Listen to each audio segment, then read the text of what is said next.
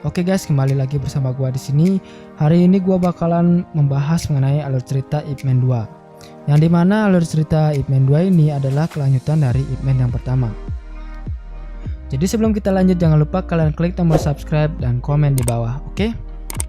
Oke, kita lanjut ke alur ceritanya. Melanjutkan dari cerita sebelumnya, setelah Ip Man tertembak dan melarikan diri bersama keluarganya dari tempat tinggal mereka di Foshan, untuk kemudian pindah ke Hong Kong pada tahun 1949. Ip Man membuka perguruan bela diri Wing Chun di sana agar dapat memenuhi kebutuhannya sehari-hari. Pada awalnya tidak ada seorang pun yang datang ke sana, karena di Hong Kong tidak ada yang mengenal Ip Man dan bela diri Wing Chun. Sampai-sampai tempat latihannya dipakai untuk tempat menjemur pakaian.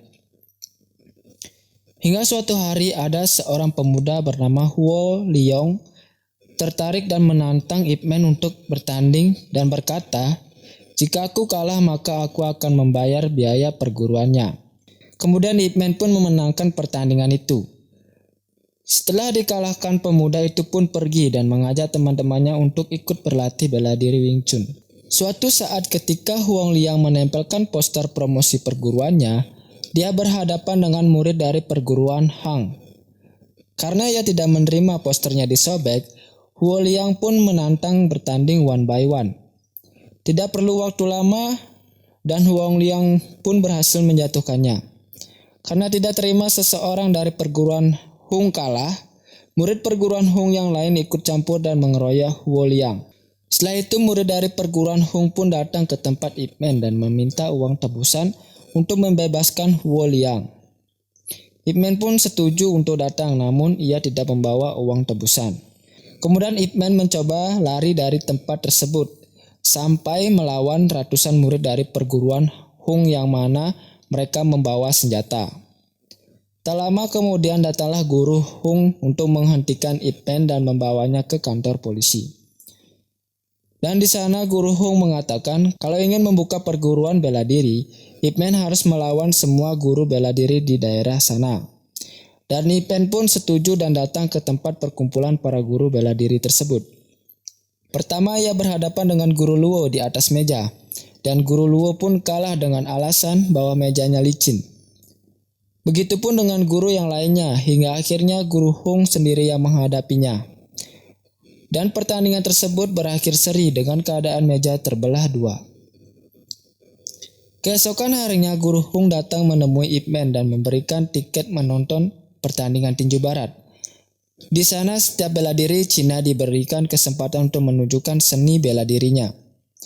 Ketika atraksi bela diri perguruan Hung sedang berlangsung, petinju dari barat yang bernama Twister pun mengejek bela diri Cina. Dia mengatakan bahwa bela diri Cina seperti pertarungan tari. Dia pun menantang semua murid dari perguruan Hung dan mengalahkannya.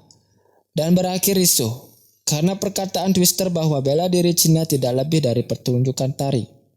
Kemudian guru Hung pun turun dan menghadapi Twister.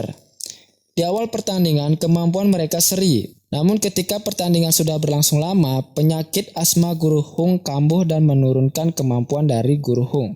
Melihat hal itu, Twister pun memukul terus-menerus. Tetapi guru Hung tidak mau menyerah karena dia tidak menerima bahwa bela diri Cina diejek.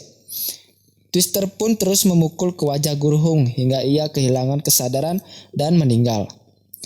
Keesokan harinya mereka mengadakan wawancara ke publik dan Twister mengatakan bahwa bela diri Cina itu lemah dan dia pun mengejek tradisi Cina. Mendengar hal tersebut, Ip Man pun tidak tinggal diam. Ia berkata bahwa bela diri Cina tidak lemah dan tidak seharusnya ia menghina tradisi Cina. Ip Man pun menantang Twister. Keesokan harinya, pertandingan pun berlangsung antara Ip Man dan Twister. Karena merasa hebat, Twister meremehkan Ip Man dan mengatakan bahwa ia bisa mengalahkannya hanya dengan 2 pukulan saja. Ketika ronde pertama, Ip Man terpojok karena kekuatan dan stamina yang dimiliki Twister. Di ronde kedua, Ip Man berhasil membalikkan keadaan dengan memanfaatkan tinju dan tendangannya.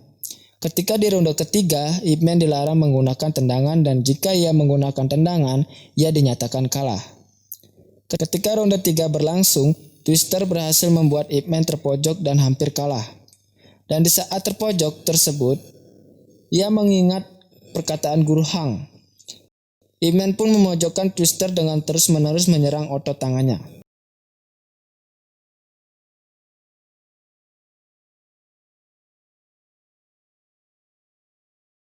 Dan Ip Man pun berhasil memenangkan pertandingan tersebut.